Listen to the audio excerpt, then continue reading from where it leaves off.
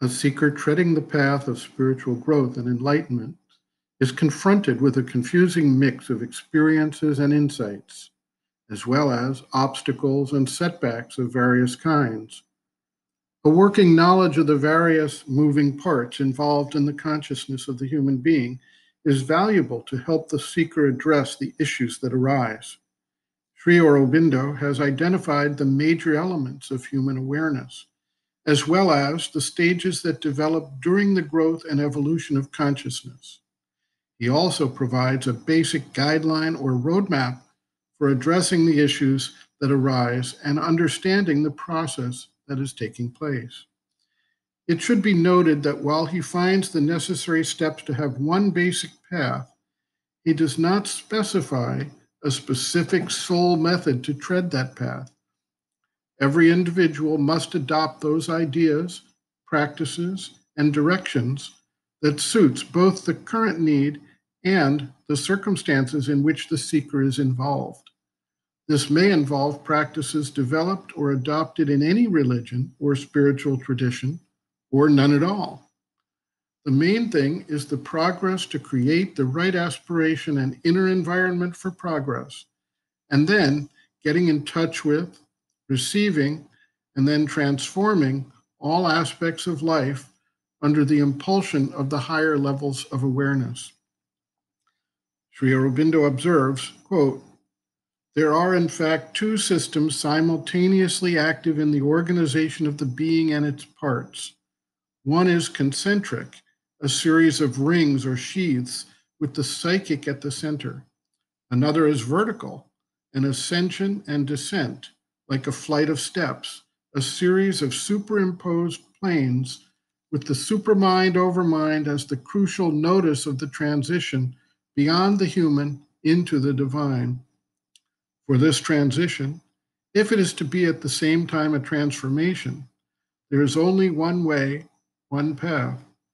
First, there must be a conversion inwards, a going within to find the inmost psychic being and bring it out to the front, disclosing at the same time the inner mind, inner vital, inner physical parts of the nature. Next, there must be an ascension, a series of conversions upwards and a turning down to convert the lower parts. When one has made the inward conversion, one psychicizes the whole lower nature so as to make it ready for the divine change.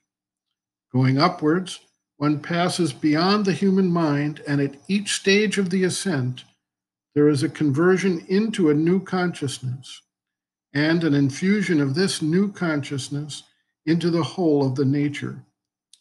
Thus, rising beyond intellect through illuminated higher mind to the intuitive consciousness, we begin to look at everything not from the intellect range or through intellect as an instrument, but from a greater intuitive height and through an intuitivized will, feeling, emotion, sensation, and physical contact.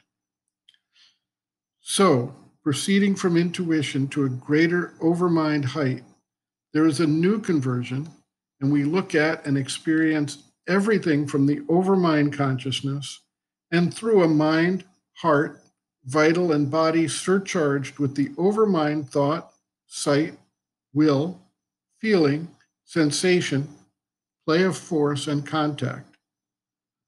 But the last conversion is the supramental. For once there, once the nature is supramentalized, we are beyond the ignorance, and conversion of consciousness is no longer needed, though a farther divine progression, even an infinite development, is still possible. End quote.